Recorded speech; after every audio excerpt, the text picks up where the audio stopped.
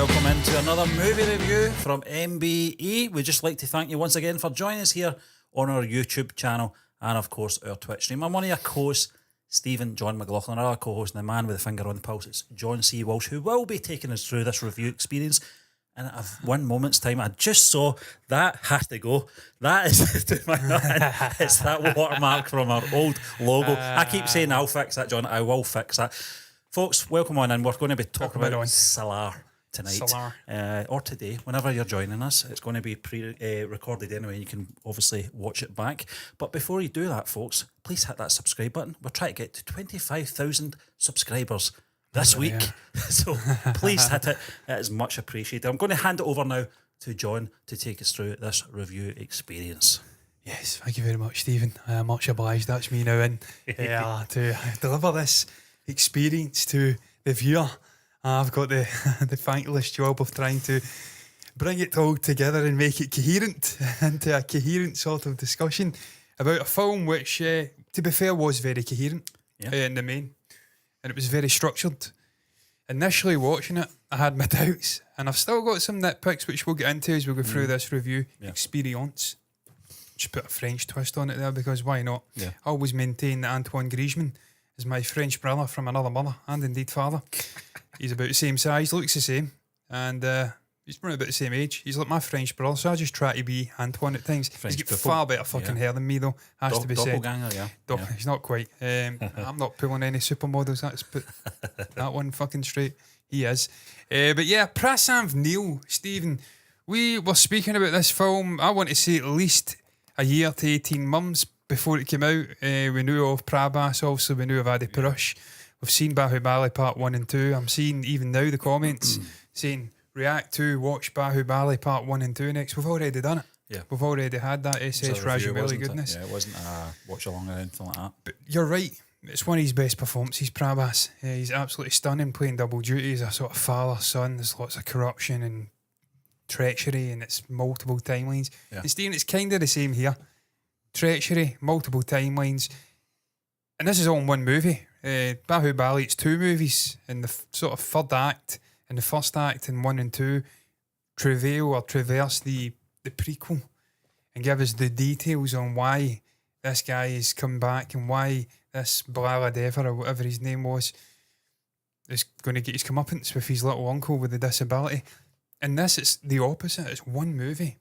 And we're going back and forth timelines. Yeah. And we're not... Well, I can't speak for yourself, Steve. I can only speak for me. Never really at any point did I find it too confusing. Yeah. And this may fly in the face of some of the comments in the community who seem to think we are utter idiots and we don't pick anything up and we don't understand anything. I think that's past. I don't think that's the community, John. I think that's people picking up the channel and sort of passing through, if you like. Yeah. That have not really invested a lot of time in the channel or anything like that. People obviously that watch us on a regular basis will know our backstory. They know that we've watched a lot of Indian cinema. They'll know that we've watched a lot of Prabhas. We've watched a lot of these films. 4 years in the making so far, and so it'll be another 4 years in the making, and so forth. But John, I mean, sometimes it's very hard to sort of judge a reactor on an edited video that's condensed into half an hour. Yeah. So there's a lot of dialogue that's missed just because it's not relevant to, obviously, for a viewing pleasure. Yeah. But it's things that we're picking up on. And sometimes there's things that pick up and we're way off. Yeah. Like we're obviously, we've just reacted to Poor Things. Yeah. And I'm looking for Coleman. What's her name? Olivia Colman. She's not in the film. Yeah.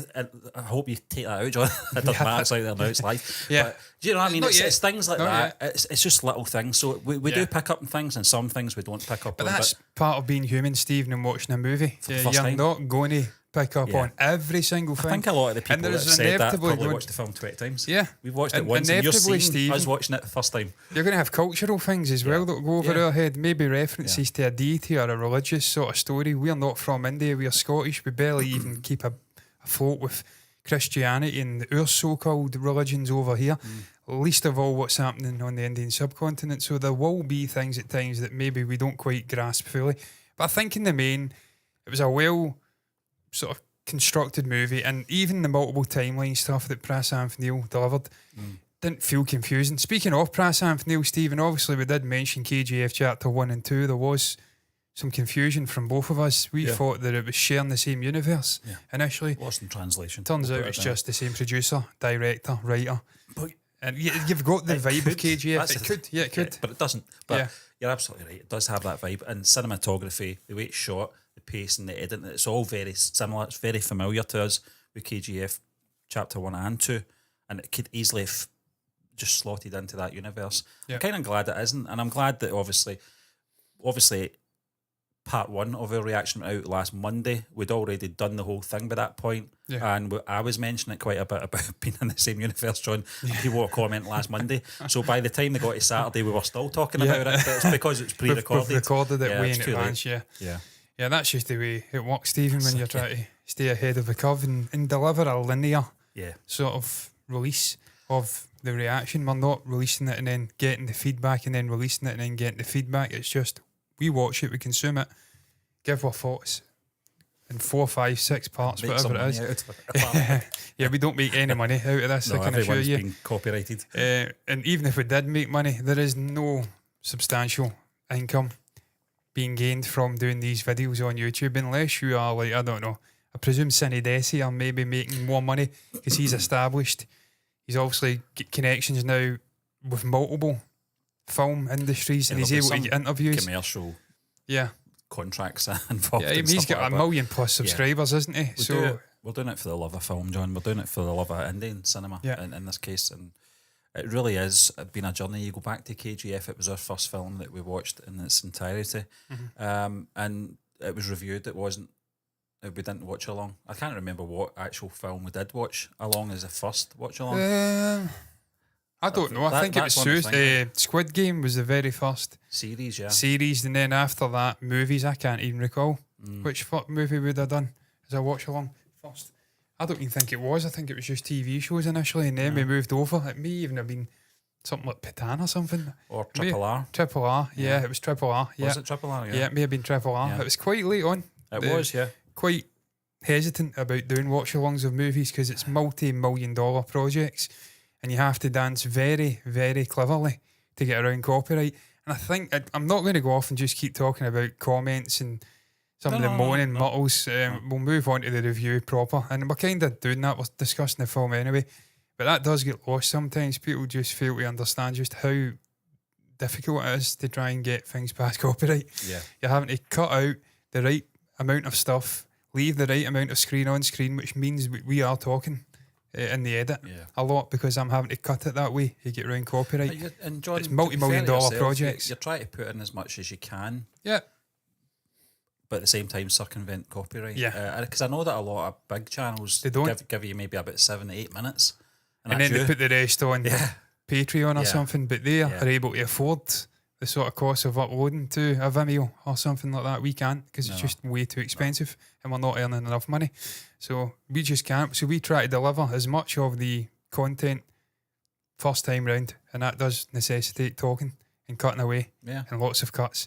But I think we do a reasonable job, I have to say. I think there's a good balance. But Stephen, you mentioned KGF. It's one of the first, it was the very first Indian movie we watched, and you can certainly see Prasanth Neil's fingertips all over this movie. It's a similar style, the way he's exploring themes, the way he's laying down mythology, the way the characters are brought in, the way that you've got all these shifty looking figures. It's almost like an almost comic book like criminal underworld. I remember the gangster figures in KGF Chapter 1 when Rocky finally goes and starts rising. You've got these guys coming out with fantastical leather coats and stuff like that. It's almost like a Sin City or something like that. I'm not saying that he's got that inspiration from Sin City, but it's kind of that vibe. It's very stylistic, it's very contrasty, gritty, and the characters are almost larger than life. And it's the same here. The lords and the sort of minor players in Cancer wearing colourful cutaway jackets and style, and they're just almost caricature even gangsters. You talked about Sin City there, John, and certainly in this film you saw it once, obviously, everything kicked off with the sort of blood splatter, and you can see the slow-mo through the blood splatter, that kind of thing. That's very Zack Snyder and Sin City and stuff like that. That's the vibes I got. I'm not saying it's copied or anything like that. If anything, it's probably the other way around. He's a hugely inspirational figure, Zack Snyder, in cinema over the last 20 years. The guy has done some phenomenal films, and his style is very, very nicely aligned with these kind of movies. You think of 300, you think of the DCEU stuff, you think of the movies he's delivered. It definitely works that gritty, sort of comic book-esque, grizzled visual style. And that's what I got when I seen KGF. It's certainly what I get when I see this. I love Zack Snyder. I love his movies. I like his style. I've always enjoyed KGF. I think the Rocky character's very charismatic and interesting. The suits he wears and whatnot. And it's the same with Prabhas in this. He's a lot more unassuming. He's a quieter, more restrained figure for the first half of the movie. Yeah. And then the way that Prasanth Neill slowly peels back the layers of this character, utilising flashbacks, is just phenomenal. Yeah. John, the way he structures the movie. You talk about structure, that's probably a good point to come in at as well, in terms of the structure, because I felt for the best part of maybe an hour, Deva, is it? Deva. Is getting probed and prodded by the wrong people for that duration, and you're just waiting for him to kick off now. Those sort of flashback scenes that we saw with the younger versions, I think they were very important, because if they didn't include that, we were just seeing this character as an adult getting pushed about, not doing anything about it. I think after an hour, a lot of people would have been like, I give up this guy. He is so frustrating to watch. But you know the kid in him in that opening sequence, what he's capable of. And you've seen flashbacks when he was in the sort of, what would you call it, metalworking place when he was hanging. And obviously his mother is trying to hold him back, and she's terrified for this animal within to break out. You see him murdering people. It reminds me so much of The Big Boss, the first Bruce Lee feature film, action film, Bruce Lee being the main guy, where he made this promise to his mother, and he actually wore a kind of a thing around his neck, a necklace, a pendant, and he was restrained. I've got to honour my mother's word and not get involved and not use violence to resolve things, that kind of thing. And for that first hour of this film, I got those vibes. I thought, when this kicks off, it's going to fucking kick off. It shows you the character as well, what he's about. He's got unbelievable power. Yeah. He can wipe out 20, 30 people, not break sweat. And he's just keeping that under restraint. That shows remarkable discipline. So that gives you a sense of what the man's about. You know what he's capable of through these little flashbacks. Yeah. As a kid, what you see him doing, the cunning and the sort of the brilliance of mind. You know what the character's capable of. You know when he's grabbing onto the pipe and his fingerprints are in it, the power he possesses. Yeah. And I think he did a great job, Prasanth Neill, in terms of structurally, the way that he developed that character using flashbacks. I mean, you're seeing him as a young kid, and then it's present day. These guys are coming to get this woman. They're trying to pull him out from the shadows, and then he just goes back again and gives you a sort of precursor to the main event, if you like. Yeah. When him and Virada were in cancer, this ceasefire was happening. We still don't know, well, we kind of do know how it's going to play out. Stephen, that's the one thing that I will say in terms of structurally, it was great. Let's just tick that box off. I thought the way that he utilised the structure, the flashbacks, again, it's one of my favourite things in Indian cinema. The way that they can use different timelines so cleverly throughout a movie to tell a story. And it does, it just unearths at slow drip what's going on with characters, what's going on with the story. No one does it better. Because the Western films don't want to hang around for 2.5, 3 hours for most films, unless they're an event film. Yeah. Most action films want to get things done in 2 hours. Yeah. And you'll not be able to structure a film the same way. I think you're right. I think it's a cultural divide, Stephen. The West is much more impatient, and we're just having our brains rotted with TikTok and YouTube shorts and all this nonsense. We have still got great 3 hour and 2.5 hour movies. We've just seen that with obviously Dune 2. We've seen it with other movies recently coming out, which are longer, and people are willing to go and see it. But that's a known. That's a Denis Villeneuve. And the main people haven't got the patience. Whereas in India, I think they're still not, I wouldn't say uncorrupted, because they've clearly got TikTok and stuff like that over there. I'm pretty damn sure they have, but they're not sticking to their as traditions. far down the rabbit hole as we are. Yeah. And they still love the purity of cinema. Yeah. And going and celebrating a film in its purest form, and just going in its escapism and sitting there and enjoying it for 2-3 years. There's obviously there's a reward, obviously in Indian cinema as well, and they'll have their own version of the Academy Awards and stuff like that. I get that, but I don't think it's the be all and end all when it comes to filmmaking. I sometimes think you see this familiar pattern through the Western society, when in Hollywood especially, where certain films have got to drop at a certain time so they'll get nominated, and a certain actor will only do certain films because all they're obsessed with is winning an Oscar and that kind of thing, rather than just doing their art. And you don't really see that in Indian cinema. What you see is what you get, and it's a case of, we're going to tell a story, we're going to film it our way, and we're going to do it our way. We're going to cut it, edit it, and you either like it, you don't like it. We don't care. But even on a subcultural level, Stephen, in India, I think it's Telugu. I'm pretty sure this is a Telugu film. I know that Prasanth Neel did KGF. They are definitely Telugu movies. Something about that South Indian cinema sort of scene. What the fuck is that? I nearly shot myself. Nah, it's just a little fly. Get to fuck.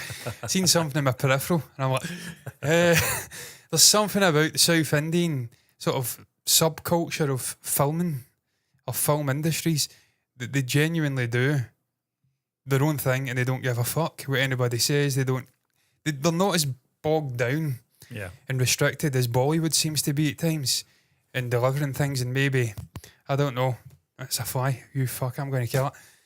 And maybe being beholden to Western eyes and what they might think. They just deliver their cinema, their film, the way they want to deliver it. Yeah. And they don't care if you like it or not. And I respect that. As someone who is very much dancing to the beat of his own drum, I really do respect the likes of Prasanth Neel and the sort of Telugu cinema scene for delivering their own movies with their own stylistic way of doing it. And sod everybody else if they don't like it. What was I going to say, Stephen? Yeah, there's one sort of we're speaking about things that may have been missed, and obviously people were commenting, look, you've maybe not understood this, you've not understood that. There is one thing. Obviously I'm editing, so I'm seeing the movie sometimes 3 times, because I'm having to re-edit. I know the finale that we put out, final part, I edited it 3 times. I saw that in an hour. Uploaded it 3 times. It went up at 4 a.m, 3:30 in the morning, to get it out for Friday or Saturday, whenever it released. So I've seen this movie about 2-3 times minimum. But I did notice the reveal at the end with Farada and obviously Deva, when he goes and saves his mother and him from those sort of gangster figures. I don't know if it's Ranga, his father.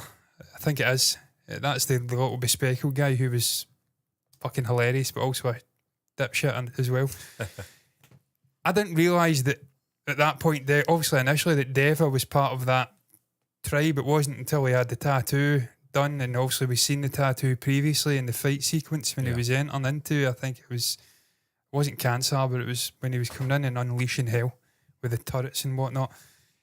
It wasn't until that point I realised is it the Sharenga tribe clan that obviously was usurped from power in Cancer. It wasn't until that moment in the movie that I realised he was part of that clan.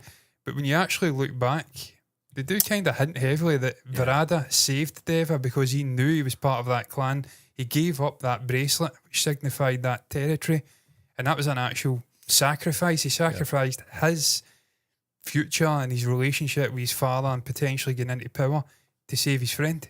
Yeah. And it was even at that point, it was hinted that he knew. I didn't even know until maybe the last 40 minutes of the movie. Some of these things you're describing, John, are very subtle, though. You've got to remember that. And, just for protecting his mum. There's people in here that are, that are obviously, and I've seen them commenting, in terms of how many times they've seen this film. And then coming in and get 2 guys from Glasgow coming in and seeing the film for the first time, and you're getting to see that, and sometimes we'll not pick up on things. It's not that we're not paying attention to these things, it's just sometimes that they're very subtle. And perhaps, as you said, John, after a second or third viewing, you pick it up. We did it with Animal as well. The whole face thing, the changing the face thing, and we didn't pick up on it the first time. Yeah, we didn't. I don't really understand. I cut that in a way where I kind of made it look like we'd got it. But Stephen, I'm going to admit right now, Animal, at the end, I was convinced that the body, the other guy, that was just a twin or something. Yeah. It wasn't. He changed his features to try and infiltrate his family and kill his family and then leave him on his lonesome. That was just something that was explained when he was obviously wooing that woman, and it was all a double bluff. She mentioned about facial surgery and whatnot, and I was like, fucking convoluted. Yeah, what are you talking about? But it was really important for the end. Yeah. John, people even now are saying that intro where he's telling the joke. I think that's at the end. I think that's a good point to start talking about maybe the second third of this film. Yeah. where there was a lot of information. Yeah. A lot of things happening all over the place. And it was strange because the first sort of hour of the film I felt was going along at a nice pace. And then in terms of narrative... You said during the reaction it felt like a different film. Yeah. It was like a different film. It did. We went to cancer. It was a flashback about this ceasefire. A whole host of new characters come in. Yeah. These lords and minor lords and what's going on in there. And then obviously Salaar comes in with Virada and they're trying to not upset the apple cart and keep things sort of restrained. And then obviously the girls are being stolen and murdered by this sort of noncy lord, despicable guy. And then it all goes fucking mental. But you're right, Stephen. That movie, that part of the movie felt completely different. Tonally, it just felt disconnected. It was almost like a different story. And I said to you before we come on here, I'm going to be honest, there was parts of it where it was dragging for me. I'm like, this is going on a little too long. Yep. It's a bit slow. There's a lot of information. Yeah. Obviously, at the end, when it pays off and they're showing you all this stuff and you realise, finally, because we didn't seem to grasp it, well, I didn't, I can't speak for you again, Stephen, until the last 10 minutes, that this is part one of multiple stories told over multiple movies. I thought it was all going to get told in one movie. For some reason, I don't know why, they were clear. Yeah. Part one, ceasefire. That's John, the movie, John. I think sometimes when you set up I don't want to say universe because we don't know how far this is going to go, but set up a collection of films that are telling the story of the same characters. And this is obviously part one. You don't have to say, well, we'll keep that for the next film. We'll keep that for the next film. We'll keep that for the next film. We'll just hint at that. We'll just keep it at that. Right? That's for the next film.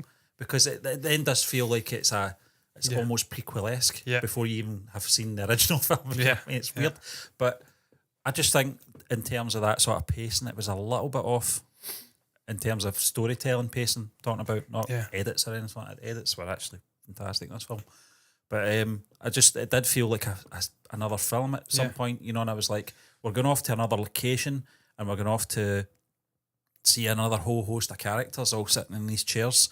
And I thought, what's going on here? At one point. Obviously, it's very important to tell the ultimate story of Deva coming back. There's a bigger picture, John, as well. And we knew that at the end. We seen what we were doing finally at the end.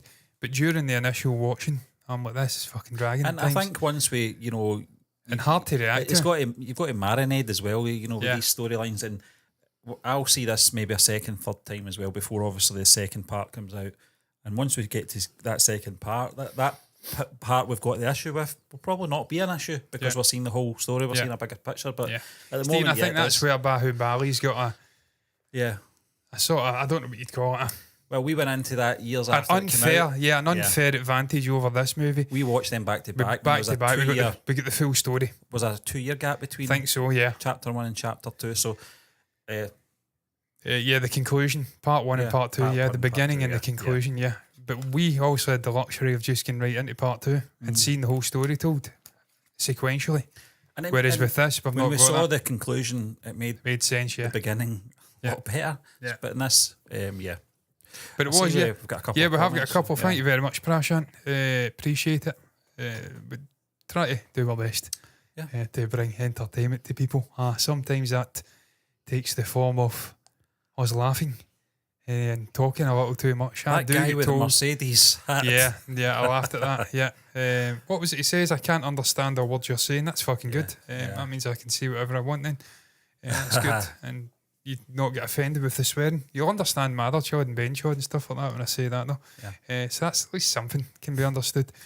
But he was a fucking troll, Stephen. I laughed at that. I literally laughed at that. He was in and out, didn't come back. And we've had another comment.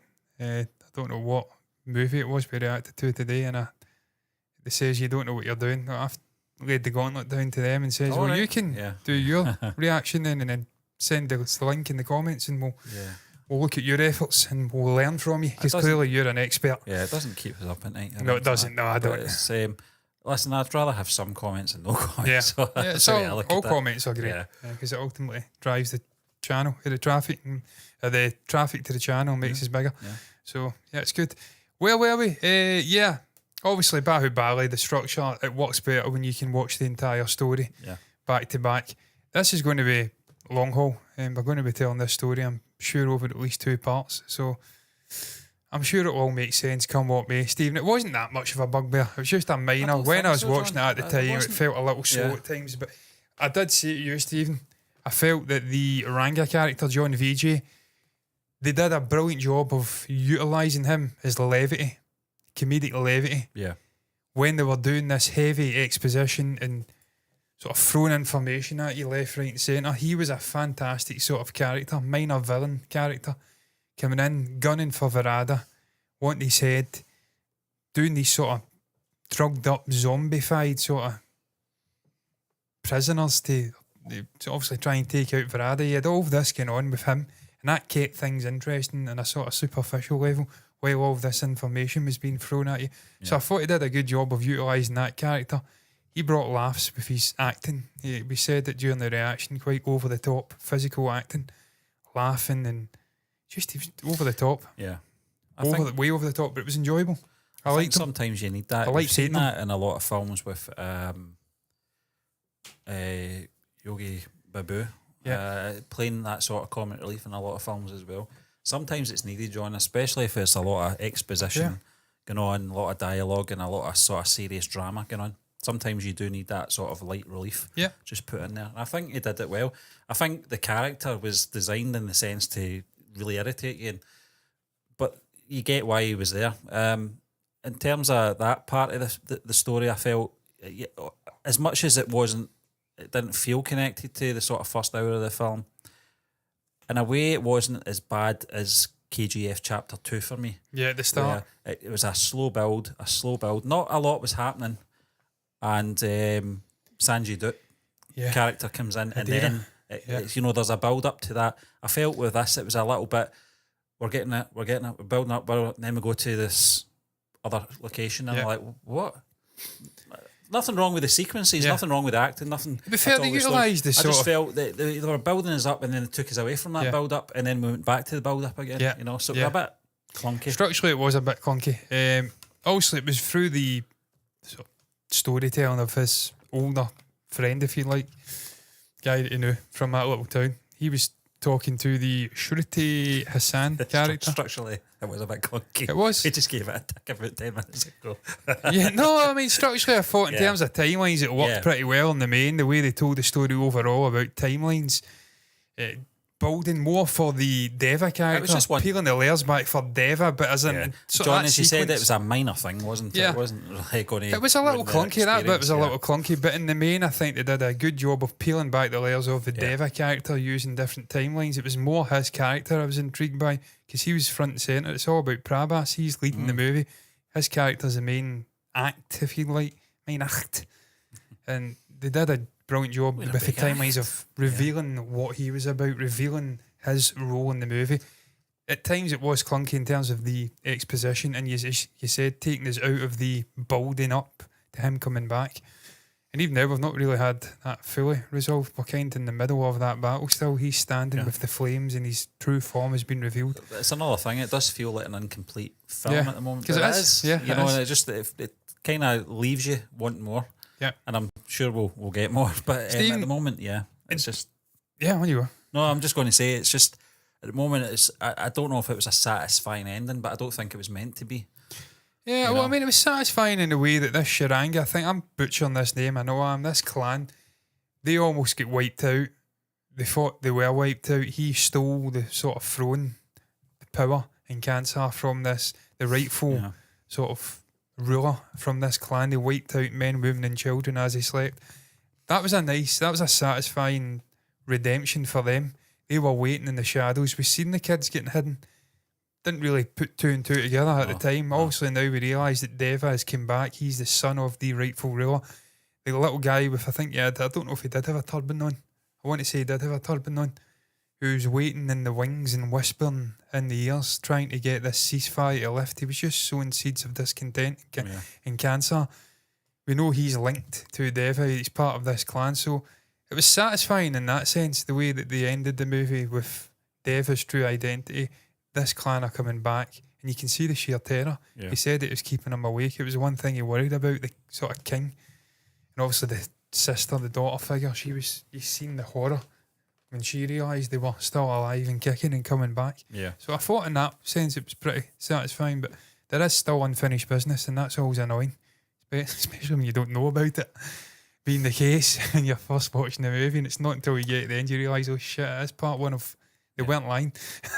It is. It's not just the first chapter in the story. I think because John, but in the film, it's multiple I think films. we've been conditioned to the sort of structure of Western cinema where we talked about John Wick, and it was such a self-contained story in the first movie. I don't think it was called Chapter 1 at that time. What was John Wick? Not really sure. So the thing took off, and then it grew arms and legs, and then they could really world build in that second movie. Yeah. But for that first movie, it was very just, it had a beginning, a middle, and an end, and that was it. And it could have just stayed that way, and it would have been great. I'm glad it wasn't, but they could have. So we're kind of used to that structure in a sense, in that way of storytelling, which isn't the right way. There's no right or wrong way. To be fair, Stephen, I would agree with you on that. If I had my way, then it would work as a standalone movie, and you could say it does work as a standalone movie. To be fair, because as I said, it's all about Deva, and ultimately he is his redemption. He comes back. He's like the sort of prodigal son coming back to cancer after like 20 odd years. In a way, maybe it does work, but yeah, I mean, I always think of Infinity War, Endgame. I prefer Infinity War in the MCU, this sort of the end of the Infinity Saga. And they are self-contained stories. They work on the lonesome for me. Does this have a song and dance? Sin's asking. It doesn't, no. It doesn't, now that I think of it. Hi, Sin. Not seen you in a while. It's, no, it's quite a serious film.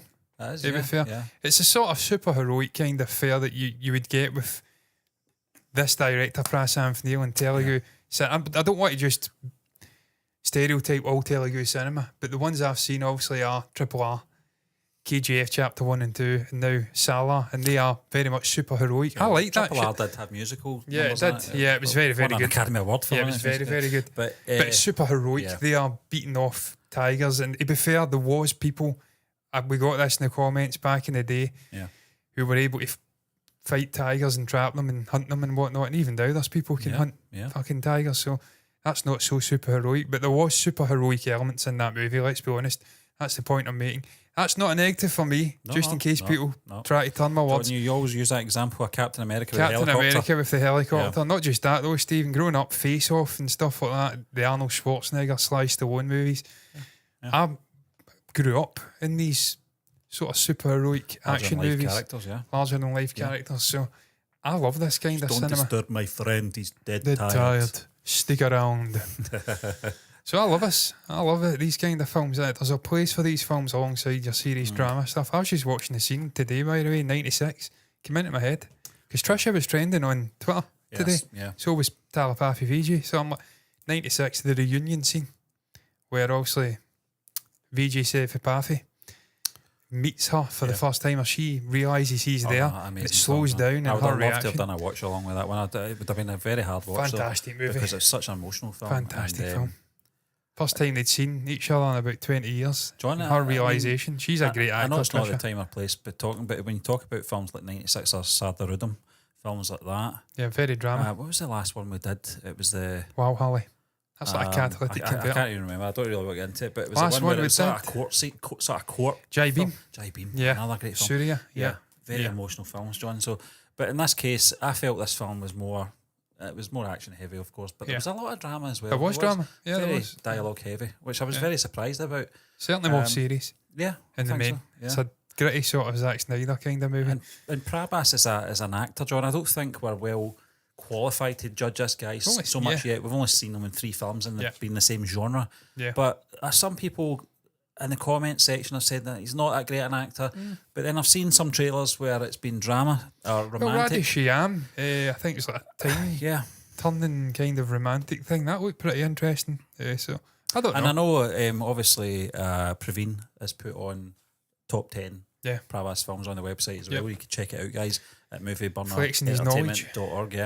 Yeah, which so I do not possess. Well, this is a good thing, John. It kind of, he'll keep us in the loop, very much like Ruth did with South Indian movies, and I think it can only be a good thing. But yeah, I'm just reading. That's fair enough. I mean, listen, it's all subjective. It is, at the end of the day. There was moments, certainly I love the late great, I'm going to blank his name, Ray Stevenson. Yeah.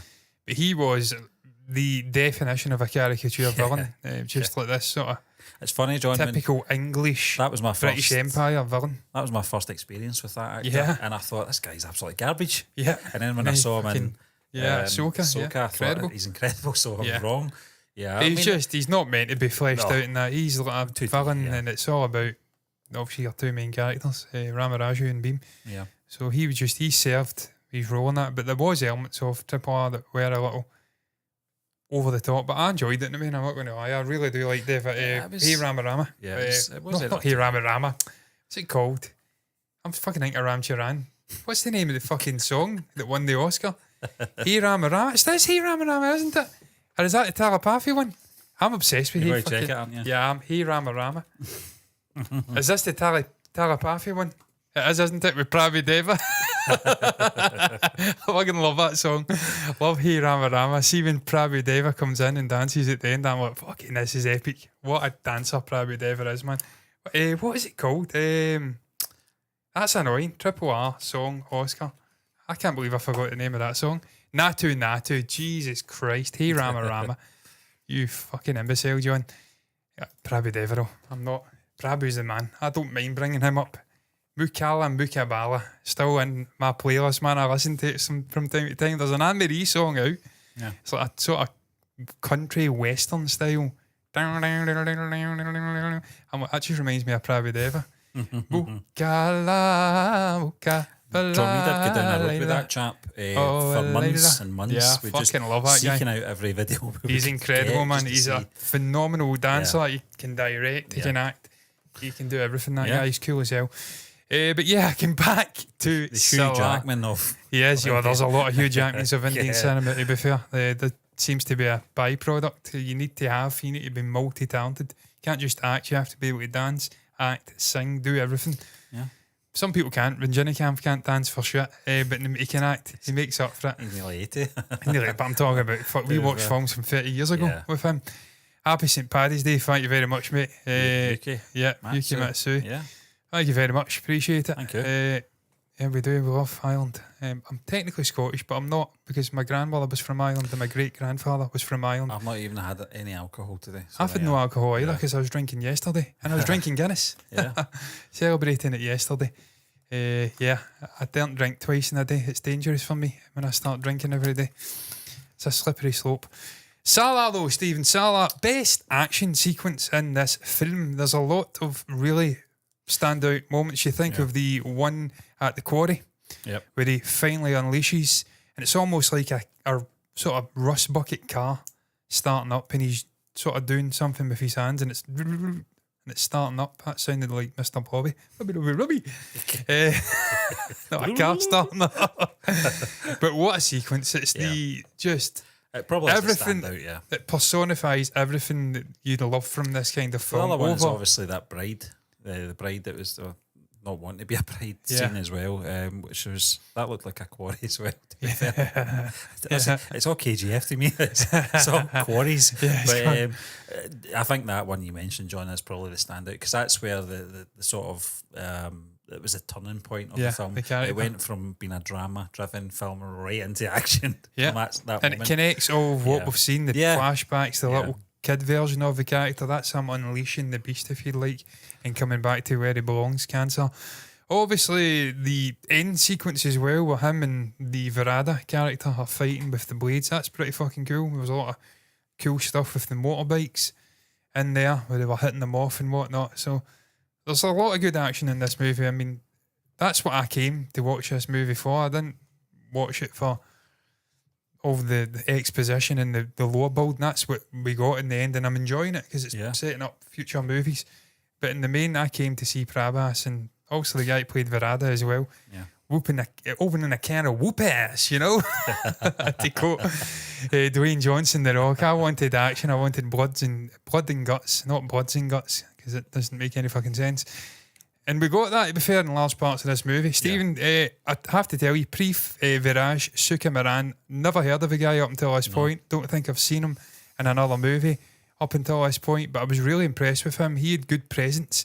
It's not easy to stand beside Prabhas in a movie, share a screen with him, and not get completely overwhelmed and forgotten about within like 25 seconds.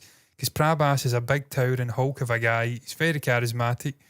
He's the main man, but I have to say, this guy held his own. He was standing side by side with Prabhas. It was set up that way, John. Obviously, very early on, we saw the younger versions. The younger versions were very grounded, and you could see the connection between the two characters. And I think it bled well into the sort of present day versions of them as well. And it's all down to the actors. I did like, Stephen, the dynamic of these two friends. Yeah, I liked what they did. It was almost like one was like grounded, and the other one was like obviously on tipping point all the time. That being obviously Deva. I don't know if I'm saying that right. Yeah, Deva, yeah. And Veranda. Yeah, I always end up saying veranda. You do know that. I used to have a flat at the veranda. Veranda, yeah. Nobody calls them it anymore. No. Balcony. But yeah, I think both of them had good chemistry. I think the younger chaps as well had good chemistry for the brief moments they were in the film. But I just think they set it up nicely that way, and it had to be someone that could really act to really carry that off to play the sort of present day version of the character. But I thought, and the way they built the score around them, there was a particular sort of not theme but song from the soundtrack score that seemed to symbolise these two and their friendship. Obviously, that's broken down because he's on the throne and Deva's coming back as Salaar. I presume even now I'm not. Yeah, he's coming back. Yeah, he is. Because just timeline wise, it's still in my head. I'm trying to structure it, and it was done well. I'm not contradicting myself. I know structurally where we're at. It's just times where I'm like, yeah, he's come back. He has come back. He's fought them off. Also, the turrets. They're in this truck, and now we're kind of like halfway through this story, I want to say. And it's kind of still a flashback where him and Verada are trying to take things down, and he's trying to take power in cancer. So I do know what's going on. I do know. Structurally, it did make sense to me. Yeah. Don't worry. But it just symbolised the characters nicely, that piece of music. And it was a stunning piece of music. I don't actually know the name of it. I do know when we reacted to the sound of Salaar, the video, that was the music. Yep. It's an incredible piece. I thought the score of composing. It was fantastic, yeah. And it seemed to symbolise those two characters. So that's another thing I really enjoyed about this film, was the dynamic of Verada and Deva, and your two men, Prabhas and Privaraj, I thought were absolutely fucking outstanding. Yeah. Stephen, I have to say the Shruti Hassan character, Adia. Yeah. I mean, she was kind of like the audience's eyeballs into this story, if you'd like. She's been given all this information. I want to say it's Raja Manar. Is it right? Yeah. No, Raja Manar's the king. Yeah. He's a king. It's a little friend guy that's telling her all the information, and he's breaking down what happened, and they're in this truck together, this Jeep. She is almost like the audience still, John, because she is, because he's telling the story. She's questioning the story. She's saying, but like wait a minute. Yeah. What about that kind of thing, And I like that. I like that kind of narrative. We've seen that before in Scam 1992. Where the journalist was the sort of audience figuring it all out, figuring out the scam at the time. And it's always good to have someone like that there, because there is times where there's too much happening in such a short space of time, and this character will pull it back a bit and ask questions, the questions that we're thinking, And I thought that character was very vital in that sense. Just and with it was clever structure. The way they utilised her, because she came to India from America, New York. Her mother's Ashes, she wanted to bring them back. It was her dying wish. Obviously, that starts this shit show where he's brought back out of the shadows. So it's almost fitting that she's been given a rundown of what's happening. And she's almost the eyes of the audience in this story. Raja Manar, I mean, he's in and out the movie, Stephen. He disappears for about fucking 40 minutes. It about, I think, 3 times. You went, where's this guy? And then we get told he's away. There's been an arms deal. Yeah. It's been done from cancer. He's trying to find out who's responsible. Obviously, that brings out all the information about this Shuranga, I want to say that's how you say it. I've not got the name right in front of me. This clan still been alive, lying in wait, and he knows he's in trouble, shall we say. There's a lot of interesting characters in this. There's a sort of brooding figure who, I think it's the nephew of Raja Manar. He does a deal with him near the end to shake hands instead of killing him, because he doesn't want the blood of his family on his hands, I think he says. They sort of combine forces. He was intriguing. But Stephen, I have to say, out of these characters, obviously it is a Salaar and not Salaar, Deva and Verada show. in the main. But the Ranga character, as I mentioned previously, he is an absolutely vital cog in this movie. Because when we are, without retreading the old ground, going through that exposition stuff where it is slower, he's the one shining light throughout that part, because he's just sitting there, stoking the fire, trying to shit stir, trying to kill Varad at every opportunity, and he's laughing his head off like a maniacal fucking wicked witch of the West in Oz. He's that kind of over-the-top personality. He is absolutely fucking vital to this movie. What I will say, though, is his death, as funny as it was, I agreed with you at the time. They could have utilised that scene a little bit better for me. It was very blink and you'll miss it. It was almost like June, when, it's not Raban, but it's something like that. Beast, I think it is Raban, the Dave Bautista character.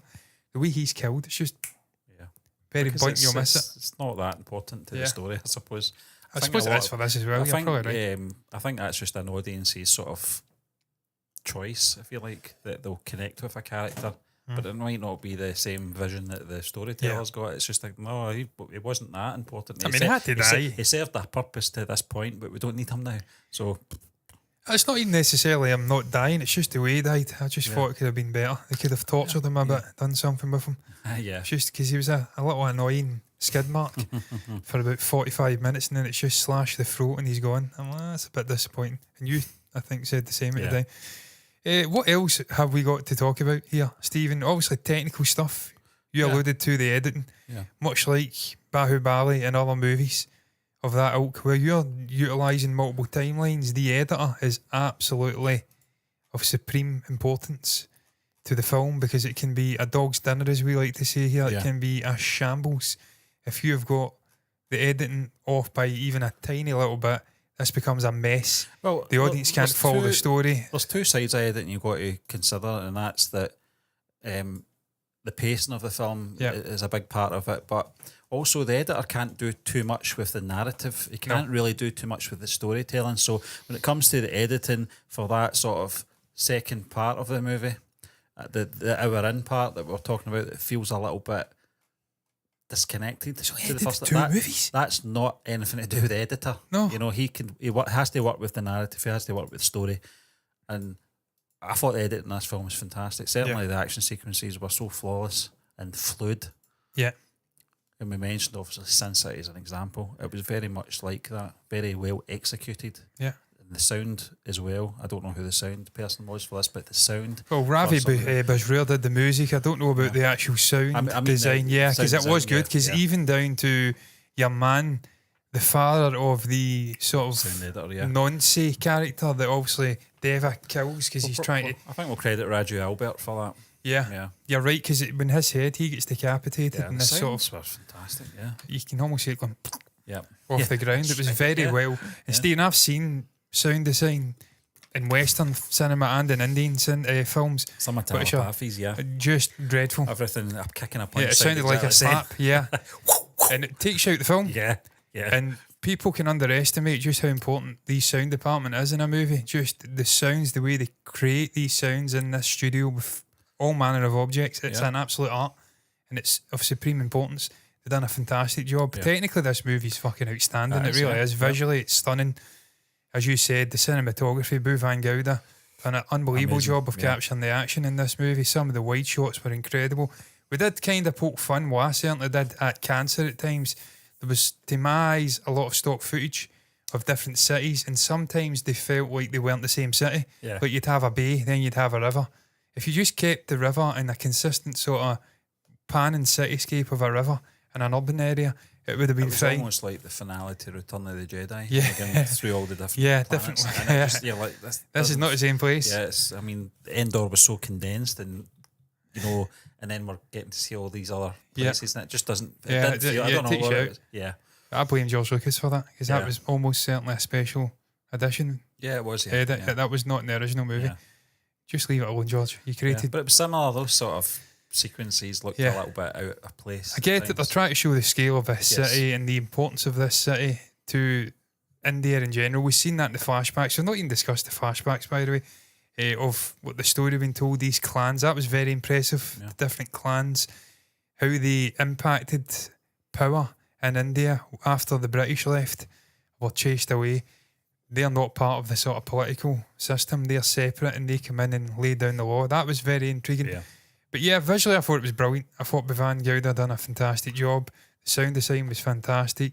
The score was phenomenal. Yep. Absolutely one of the best scores I've heard in a long time. Really good. Yeah. And the editing for me was so important to this film, because it could have been an absolute mess if it wasn't for Ujwal Kulkarni, and obviously Prasim Neil, who's doing the directing and the screenplay. He's got a part to play. He holds it all together, yeah. Ujwal, if that's how you say his name, has only edited 2 movies prior to this, KGF Chapter 2 and this.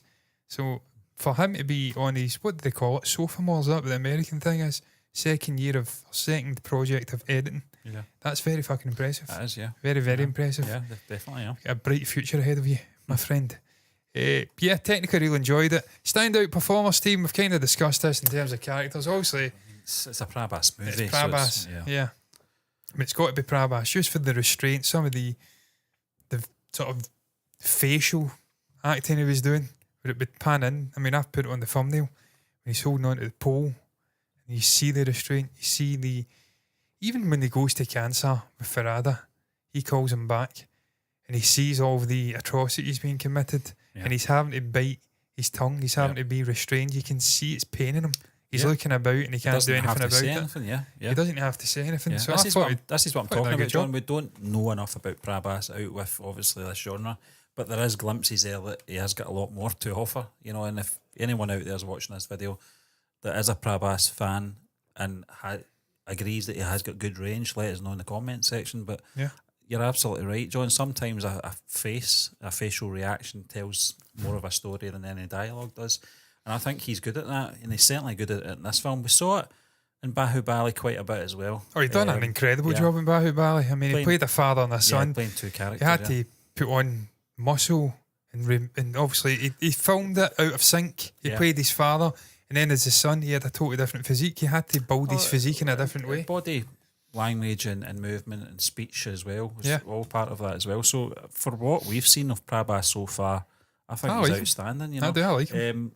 And I think in this film, very much like Animal with Ranbir Kapoor, it's his film. I have to say, he's not what a Shah Rukh Khan or an Amir Khan or even a Vijay Sethupathi or someone like that. They are still, for me, the best actors in India that I have seen.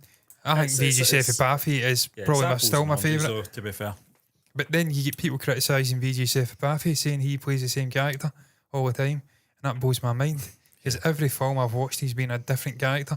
What he does do, and it's the best way to act, as someone who doesn't act, but if I was an actor, it's the way I would act, is take on a role and then look at it from the perspective of how he would deal with that situation if he was in that person's head.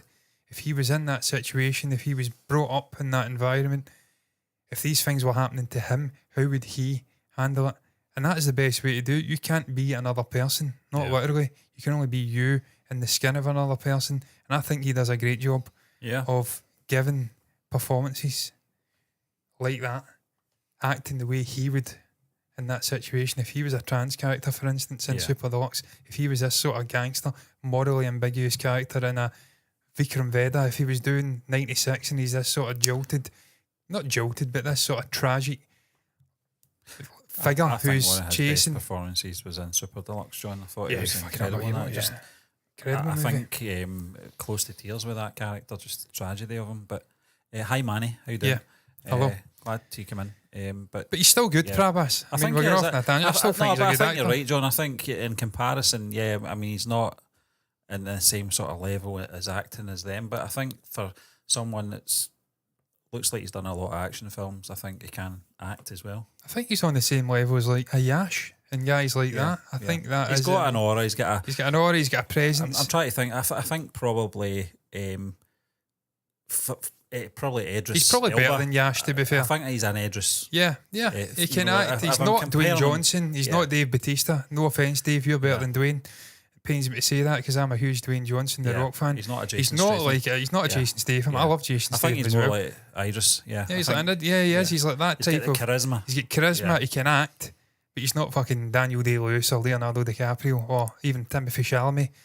He's below that, but he's still a very good actor, and he does what he does very, very well.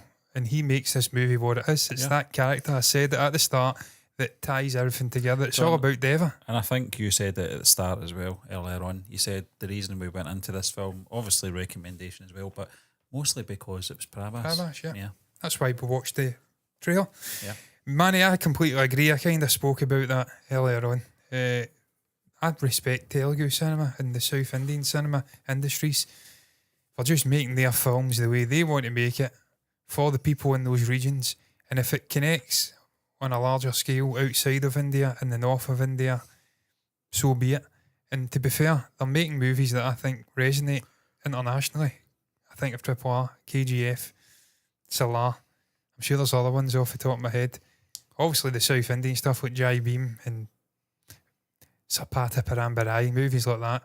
Really enjoyed them. Yeah. Assuring, Super Deluxe, as we spoke about. The other one, Veda Chennai, with Dhanush. They're all South Indian. They're all South Indian movies, man, and they're all fucking brilliant. And they're making them for people from the south of India. They're not making them for people in Scotland or in France or in America. But they're that well made and they're that stylistically original. They resonate outside of India. Yeah. So I respect South Indian films for doing that. I'm not having a pop at North Indian cinema. I think they do brilliant films as well. Still, to this moment, I'd say, all of that aside, my favourite movie from India so far that we have watched is probably still Three Idiots. I just love that movie. There's something about that film. It's just absolutely outstanding. Great rewatchability, a brilliant character. Yeah. Just really enjoyed the performances in that movie. Yeah. Obviously, you had your man from Mirzapur. I think he was in it. I always blanking his name. Victoria and Abdul. Yeah. Why did I blank his name up? Ali Faisal. That's it, yeah. Fucking love him. Brilliant actor. Looking forward to Mirzapur. That's a whole other story. Dangal as well. Dangal was outstanding with Amir. Yeah. And obviously one of those actresses has passed away, sadly. It's a little bit different for us because we are outsiders looking in, and I think we just generally, we know the difference, and we respect the regions, but we don't really have a preference, if you know what I mean. Yeah. We appreciate them for what they are for different reasons. The one region we need to watch is Malayalam. You said that, John, yeah. Because we've not seen any of them, the likes of Mahanlo. John, I read the biography. Really different kind of movies again. Of your man down from obviously Pravas, the chap that you were raving about there. Yeah, Privaraj. I think maybe, I don't know if I read his background there just very quickly, but I think Malayalam was part of his work, best known for that. So we might have to look at his films, I think. Yeah, I'm if you want to look at those films, perhaps maybe that's an opening there for us. I've heard of Malayalam, or however, I can't see it. Clearly, it's a very hard in Malayalam. Yeah, it's like Canada. I can never see it. But that's the one region I think we've not seen anything from. So, and apparently they make completely different kind of films again. To some films, but we've not watched any yet. But Stephen, final thoughts in this movie? I think we've ticked most of the boxes. Structure, the story, dialogue. I mean, I'm trying to remember if there was anything on a dialogue level that really grabbed me. I mean, it was okay. It was fine. Yeah, I think, but it's difficult. Dialogue. It's difficult for us, Stephen, because we are watching subtitles and they're never accurate. No, this is the thing. Never. The translation could be lost for certain. But it was fine. I thought it was. There's nothing cringy about it. No. You know how sometimes you get that sort of when you've got a character like Deva, and it's the sort of build up, and it's a cringy build up where it's this superstar, such and such, and it's this big build up. They didn't really do that. Big Daddy of all masses, yeah, they didn't really do that, in this film, and I'm glad they didn't do it. Yeah, I'll read that in a second. 2 seconds. So there was something I was going to say there, and it's probably left my brain already. The witchy kind of character we were calling her, the witchy, sort of sister of Varada. She was the one thing that I know she's been mentally scarred by what happened when he came back with Farada. I know that's how it's playing out, but there was just something about that character I felt, and I said it at the time, get rid of her in that part. I think it's because she was the same one. Yeah, it's just annoying character. Falling on the side kind of character. So for me, she was in one downside. You guys didn't see one of the best South movies. I'm from Punjab and we see South movie only for a good story and you can watch your family. South movie like Indian Disney. Yeah. We're always intrigued by all the different regions. When we first started doing it, we didn't have a clue about Collywood, Tollywood, all of these different industries. We just thought, we knew of Bollywood because everyone knows Bollywood, and it was a journey discovering all of the different industries and the different kinds of films. and the prominent actors and whatnot. So yeah, I mean, we're always open to watching. I always find with South films, John, that they're more... They focus on the story society. They're more on society and because traditionally they didn't have as much money. Yeah. So they had to focus on what they could control, which is good writing and good performances. Whereas up north, they traditionally had more money. True things, true stories as well. Yeah. So, yeah. Yeah, but look, final thoughts on this film. John, the main, Stephen, I'll let you go first. Yeah. No, I was just going to say, I'll keep it brief because we've kind of... Yeah, we've done it. Don't want to retread old ground, but I think it was an enjoyable film from start to finish. We picked out some little niggly things in the middle of the film, which I don't think ruined their experience in any way or anything like that. It was just a little bit janky in certain areas, and it wasn't a bad thing. I loved the editing in this film, very slick in terms of cinematography. The score as well was a really beautiful score. We obviously got a sample of that in the trailer, and it continued all the way through. Certain themes as well with the score, just coming in at the right time, which always makes scenes memorable, and they really did that well in this film. In terms of acting, fantastic acting. Dialogue we can't really comment on. But I thought in terms of storytelling, I thought it wasn't too complex, but there was a lot of information going through sort of middle part of the film that I think might need 2 or 3 watches just to get the whole sort of thing. I've done that. You've done it, John, yeah. So it is very hard. But I thought in terms of start to finish, I thought it was a really good film. I'm looking forward to the follow-up now. Just because I think they set this up very nicely. Yeah. And yeah, it was a very enjoyable experience. Absolutely. I can't really add much more to that. Yeah. Couple of bits that for me that slugged along a little bit sluggish in the middle, but in the main, enjoyed the way that Prasanth Neil delivered the story, put the Deva character front and centre and utilised different characters and timelines and just the narration from that little friend guy who was driving. Yeah. Getting her name already, the woman character. Yeah. The way he utilised these techniques to unpeel the layers from Dev, I thought that was very well handled. And the way he came back at the end, also, we're going to get a titanic clash between these two friends. That's not really been explored fully yet. How tragic's that going to be though? When they fall out, and then obviously he comes back and he has to fight his friend. That's going to be, that's going to pack a punch. That's where the kind of foundational stuff you've laid down in this movie comes home. When you see what they've been through, the relationship they have, and then it all unwinds or unravels, if you like, and then they have to fight. That's going to be where it pays off in the second film. And the main, Stephen, I liked it. It certainly wasn't a bad watch. It's not something I regretted fucking reacting to or anything like that. There has been ones I have done. I'll admit it readily. Not maybe reacting, because we don't really react to anything that's truly crap, but maybe ones we've watched at times I'm like, oh fuck, I wish I hadn't watched this. I'll come right out and say it. Salaar from Telepathy VJ. Yeah. I love Telepathy, but that movie was brutal. Yeah. That was a brutal watch. So in the main, I liked this film, and that's why ultimately I'm giving it a 7 out of 10. That's my rating. A 7. I was going to give it a 6.5. I'm going to give it a 7. I said this would happen. Yeah, once you start talking about it, you might change your mind, John. But that's a fair rating for me. For Salaar, as an experience, I enjoyed it. A couple of little things that niggled away there. Probably for me 7.7 out of 10. There you go. So that's our ratings. Manny has said this. We'll use this comment as a sort of roundup. Movie like Son of Satu, you're killing me here, Manny. Satyamurti. Me and my family watch it more than 30 times. I didn't know you guys can relate with it or not, but one of the best movies I've ever seen. Well, we'll take a note of it. What I'll do is I'll go ahead, I can't copy it, but I'll see it at the end and I'll take a note of it and we'll have a little look, because we're always looking for things to watch. And if obviously you see it coming on, then you'll know. But we're always reacting. Even now we're reacting. Well, we're done reacting to another movie already. Yeah, you can say a western. Poor Things. Poor Things, a western film which is batshit crazy. And we're hoping to get that out this week. Yeah, sequence. So we'll have the to first part is out already. It's up. Not out, but it's up and it's past copyright. Patreon later on tonight. Then so hopefully, maybe, don't know. Pray for me, because I have to edit a film which is just pretty much from this point on in the editing experience, wall nudity. Yeah. How the fuck I'm going to get that out, I don't know, but I'm going to try. I'm going to have to buy private parts galore. Fantastic. That little guy crouching with his you-know-what dangling, I'm going to have to buy that. Yeah, I cut it. Yeah, I'll probably cut the vast majority of it, to be fair. Like the leg humping scene, that's getting cut. But I digress, man. That is going to round up our thoughts on Salaar Part 1, the ceasefire. Just ceasefire, no prefix required. I think we've been fair, Stephen. We're sort of in between the critic score and also the audience score. I've gave it a 7, you've gave it a 7.7. The critical score on Rotten Tomatoes, 73%. The audience score, 86%. So we're kind of halfway house between them. Yeah. We all seem to agree that it's, I think anyway, a pretty impressive start to this story. Prasanth Neil has delivered again an action movie with something a little bit more going on under the surface and just fucking crazy bombastic fight sequences as you expect from him. What we're missing is suits.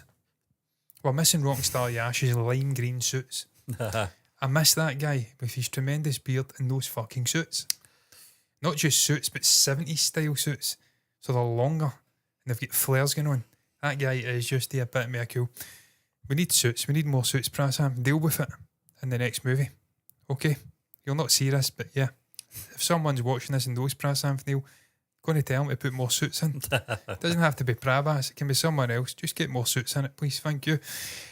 That's your thoughts, though. What is your thoughts on the movie? What would you rate Salaar Part 1, Ceasefire? What was your standout moments, best performance, just the structure of it, technical stuff, thoughts in their review? Share it down below in the comment section if you've got anything to say. That's the place to put your thoughts. Like the video if you've enjoyed it on YouTube. Subscribe to the channel, hit the bell icon. I was going to say subscribe and then say on YouTube, but for some reason I decided to say on YouTube for like.